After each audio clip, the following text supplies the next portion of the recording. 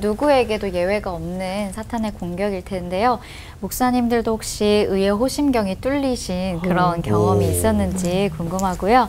의의 호심경을 착용하고 있을 때와 아닐 때 사탄마귀의 농락작전에 어떻게 내가 다르게 반응할 수 있는지 실례를 들어주시고 또 유사품 주의법도 알려주시면 감사하겠습니다. 누구에게나 다 이런 위기는 있는 것 같아요. 유혹도 있고. 에베소서 2장 2절에서 3절인데 그 악한 영들의 어떤 성격, 그러니까 악한 영향의 어떤 성격, 거기 보면 세 가지가 언급이 돼요. 하나는 이 세상 풍조, 환경의 유혹이죠. 이 세상 풍조는 뭐 이성과 뭐 이성의 유혹, 물질의 유혹, 뭐 명예의 유혹, 권력의 유혹, 이건 세상 풍조고 이건 평생 갈 거예요. 누구에게나. 두 번째는 육체의 욕심이라는 표현이 2장 3절에 나와요. 육체의 욕심. 이거는 내 안에 있는 거죠. 죄성. 인간은 용서받았지만 늘 죄성이 우리 안에 있단 말이죠. 끊임없이 관리해야 될 대상. 끊임없이 싸워야 될 대상. 죄성에다가 인간은 연약해요, 또.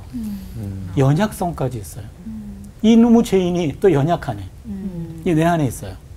여기에 또 하나 공중권세 자분이가 있어요. 2절에 나와요. 마귀의 유혹입니다. 마귀의 유혹. 이쯤 되면 누구나 넘어가거든요. 그렇죠? 이 세상 풍조가 있어요.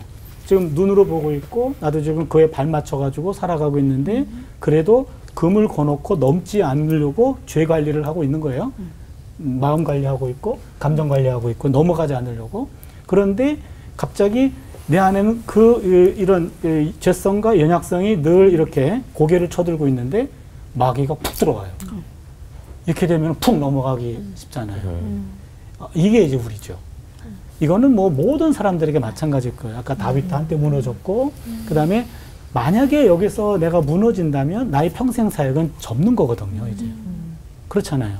의의 호심경이라는 거, 나는 바로 하나님에 의해서 만들어진 그 의와 그리고 내가 만들어져가는 그 의, 이 성령의 열매로 익어가는 삶, 이건 끊임없는 내 숙제인데 이것을 끊임없이 공급하지 않으면 언젠가 넘어질 수 있다.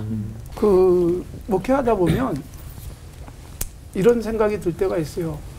야, 그만하면 됐어. 너 뭘 또 하려고 그래? 뭐 그 정도면 너 훌륭해. 라는 생각이 들어오잖아요. 이게 저로 하여금 그 의의 호심경을 깨트리는 것이다. 그래서 바울 사도가 고린도전서 10장에서 섰다고 생각하는 자는 넘어질까 조심하라는 말씀을 했던 거죠. 자기는 서 있는 줄로 착각하는 건데 그만하면 됐다라고 하는 생각이 우리를 무장해제시킬 수 있어요. 그래서 목사로서 살아가면서 정말 끊임없이 더 성숙해가고 더 열정적으로 주님을 사랑해야 되는데 뭐 이만하면 됐어. 또는 아직 어느새 싸늘하게 식었는데도 그런 줄 모르고 나는 괜찮을 줄 착각하고 살아가는 그 순간이 무너진 부분이 아닐까 그런 생각이 들고요. 그리고 이제 이런 유사품들이라는 게 저는 이런 생각이 들어요. 내가 좋아하는 것 또는 내가 계획한 것, 내가 추구하는 것들을 하나님의 뜻이다라고 스스로 막 믿어버려요. 그리고 자꾸 믿다 보면 이게 어느새 진짜처럼 생각이 되어지거든요. 그래서 우리가 조심해야 될 게 내 감정이 마치 하나님이 주신 것처럼 착각할 수 있다. 때로는 우리의 감정은요 사탄이 줄 수도 있는데 이건 굉장히 위험한 일이기 때문에 늘 조심해야 되기 때문에 주의 말씀이 우리의 길이고 또 길의 빛처럼 되도록 주야로 묵상하지 않으면 이거 걸러내는 게 쉽지 않다. 잘 그리고 말씀이 계속 저를 격려하니까 그만하면 됐어가 아니라 아니 더 할 수 있는데 이러면서 계속 자기 영적 개발도 되니까 그렇게 이겨가려고 애씁니다. 네. 의의 호심경이 뚫릴 때 첫째는 우리가 남이가 이런 곳이 참 위험한 것 같아요. 끼리끼리 모여가지고 세력을 이루고 또 불의와 불법을 합리화하고 또 정말 바른 길이 아니라 왜곡된 삐뚤어진 길로 가는 경우가 상당히 많거든요. 저는 이런 자리 피하려고 노력합니다. 최대한 그런 자리는 가지 않는 것이 좋다라고 생각되어지고요. 두 번째는 남들도 다 해. 왜 너만 그렇게 힘들게 살려고 해? 이 소리가 꽤 많이 들립니다. 이런 소리가 들리는 곳을 보면요. 적당히 타협하면 정말 편하고 대접받고 한자리 하고 부명의 권력이 따라오는 곳이 꽤나 많아요. 그런데 건강하지 못한 곳이라면, 하나님이 기뻐하지 않는 곳이라면 그것에 대해서 성급기를 할 필요가 있는 거죠. 그러면 악한 마귀 사단에게 농락당하지 않는 방법은 있을까? 저는 세 가지로 생각하는데요. 첫 번째, 예수님의 처방전. 좁은 길로 가라. 넓은 길은 대다수의 사람들이 찾는 길이다. 좋아하는 길이다. 대접받고 높이 올라가는 것, 그거 조심해야 된다. 너는 좁은 길로 가고 길이 아니면 좀 가지 말았으면 좋겠다. 이것이 예수님이 우리에게 하시는 말씀이고요. 두 번째는 세례 요한의 처방전이라고 생각해요. 왕궁이 아니라 광야, 빈들로 가라. 우리 사람인 이상은 누구나 왕궁을 좋아해요. 화려한 곳, 대접받는 곳, 잘 먹고 잘 살고 누리고 군림하고.